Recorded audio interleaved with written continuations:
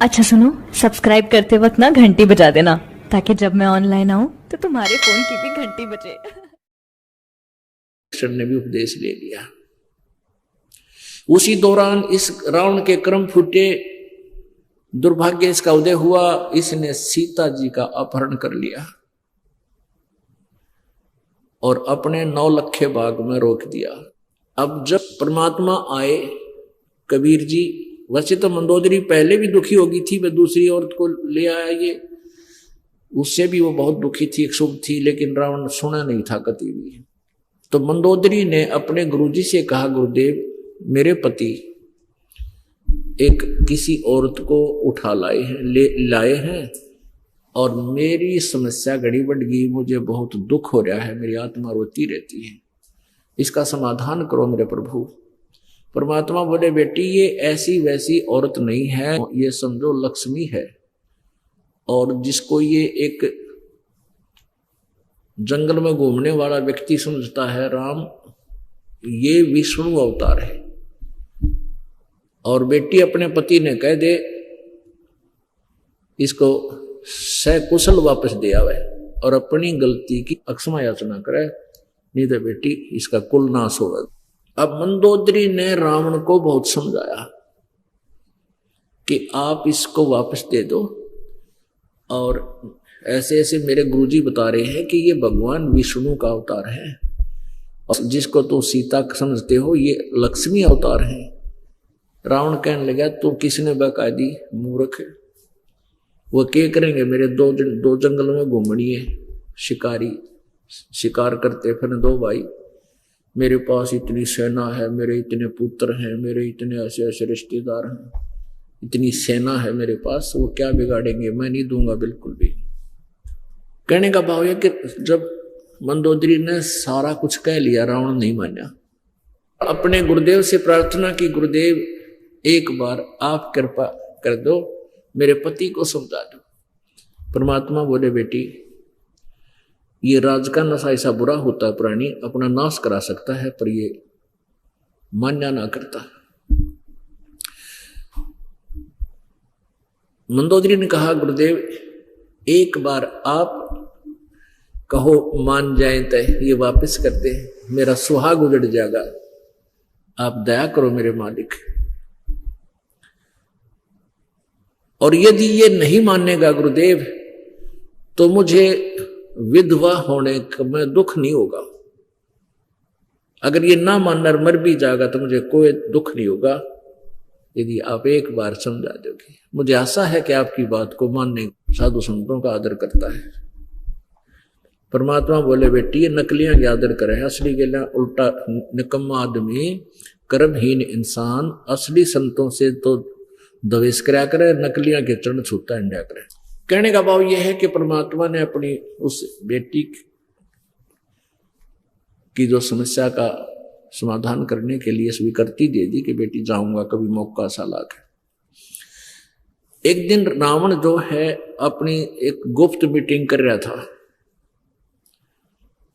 और परमात्मा मुनिंद्र रूप में परमेश्वर कबीर जी आए हुए थे ऋषि रूप में, तो वहां उनके द्वार के सामने खड़े हो गए। द्वारपाल से कहा कि भाई मुझे रावण से मिलना है, राजा से, मुझे अंदर जाने दो।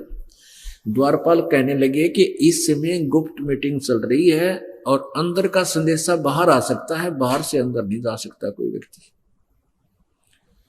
परमात्मा बोले, भाई मुझे जरूरी काम है, एक बार तू जाकर संदेशा दिया। अगर नहीं रिसीवर, मैं आपका आदर करता हूं, लेकिन मैं अंदर चला गया मेरी गर्दन काट देगा, इतना क्रोधी राजा है। तो परमात्मा वहां से अंतर ध्यान हुए कबीर जी, और रावण बैठा कम से कम 20 फुट ऊंची सिंहासन पर, और बहुत बड़े हॉल में उसकी मीटिंग चल रही थी। परमात्मा सामने से खाली जैसे रास्ता ये है से आ रहे थे। अब रावण की दृष्टि पड़ी कि ये ऋषि कैसे आ गया मेरी आज्ञा बिना अंदर। उसने कहा कि पहरेदारों को लाओ बुला के, उनकी गर्दन कलम कर दो। तब तक परमात्मा निकट आ गए और कहा कि तुम्हारे द्वारपालों का दोष नहीं है रावण, उन्होंने तो मना किया था, फिर तू आ कैसे गया कि मैं ऐसे आ गया। अंतर ध्यान हुए भगवान एक बार और फिर प्रकट हो गए कि मैं ऐसे आ गया, उनको दिखाई नहीं दिया। तो रावण ने कहा तू चला जा यहां से, मैंने तेरी कोई बात नहीं सुननी। परमात्मा बोले मैं जो बात सुनाने आया हूं वो तुझे सुननी ही पड़ेगी। परमात्मा ने कहा, कबीर जी ने कहा, यानी मुनिंदर जी ने कहा कि रावण तो इस लड़की को वापस दे दे, सीता है इसका नाम, तो इसको वापस कर दे और नहीं तो तेरा कुल नाश हो जाएगा। अरे तू सूरवीर होकर एक औरत को उठा लाया, तुझे शर्म आनी चाहिए। सूरवीर रक्षा किया करते हैं बहन बेटियों के, पापात्मा तूने किया क्या ये? तो रावण ने बोला मुझे तेरी शिक्षा की आवश्यकता नहीं है, निकल जा यहां से कमबख्त। और तलवार निकाल ली, सिंहासन से नीचे कूद गया, न्यू का न्यू जंप मारा सटेज थे और गुस्से में आकर के 70 बार तलवार के अटैक किए मालिक पर। परमात्मा ने एक झाड़ू की सींक आपने देखी होगी, झाड़ू की सिंगल सींक वो हाथ में ले रखी थी न्यू, और उस सीख को एज ए ढाल प्रयोग कर दिया कि न्यू कर लिया सीख। उसने 70 बार तलवार मारी सीख के, क्रोधित हो गए क्योंकि तमोगुण का उपासक था, मेरी आग भर रहा था अंदर, फिर शक्ति पूरी। 100 जोटियां का मांस एक बार खा जाता था यो रावण एक बार, और 100 मटके दारू पिया करता ब्राह्मण को आवे। तो परमात्मा कहते हैं ये ऐसे कुबद्दी थे, इतनी शक्तिशाली भी था। तो सीख का निशान भी नहीं हुआ और पसीने आ गए सूरवीर के, और दुष्ट आत्मा के फिर भी न जची रही के खड़ा तेरे सामने नालायक, पैर पकड़ लेता, चरण छू लेता, पकड़ के माफी मांग लेता अपने दुष्कर्म की। नहीं, कहते हैं मान बढ़ाई ईर्षा ये कभी नहीं छूट सकती जीव के ऊपर, और या छूटे बिना बात बोले नहीं। राज का नशा अहंकार से परिपूर्ण कर देता है। तो रावण कहने लगा तू जा चाहे मत जा, पर मैं तेरी बात नहीं सुनूंगा। अब उसको पता लग गया कि मारा तो जा नहीं सकता, तेरी तलवारें में निशान पड़ गए। बैठ गया अपने सिंहासन पर जाके। परमात्मा बोले बात सुन ले कान खोल के रावण, तेरे जैसे करा कितने जाली ये धरती तोल गए। परमात्मा की सतभक्ति कर ले, जतन अपना पीछा छुटवाना है, इस वापस दे इस सीता को, तेरा कुछ बच जाएगा। रावण ने चुप हो गया, बोला नहीं कुछ भी।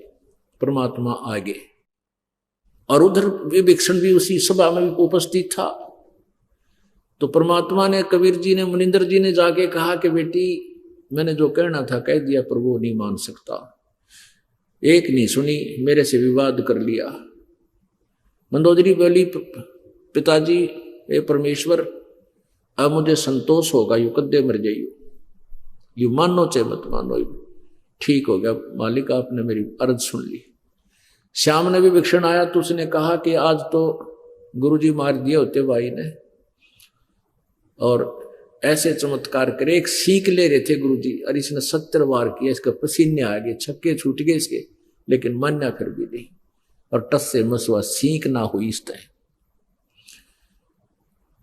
मंदोदरी बोली ठीक है, अपने कर्म भोगेगा, मारा के लेगा, हमने कहना था सो कह दिया।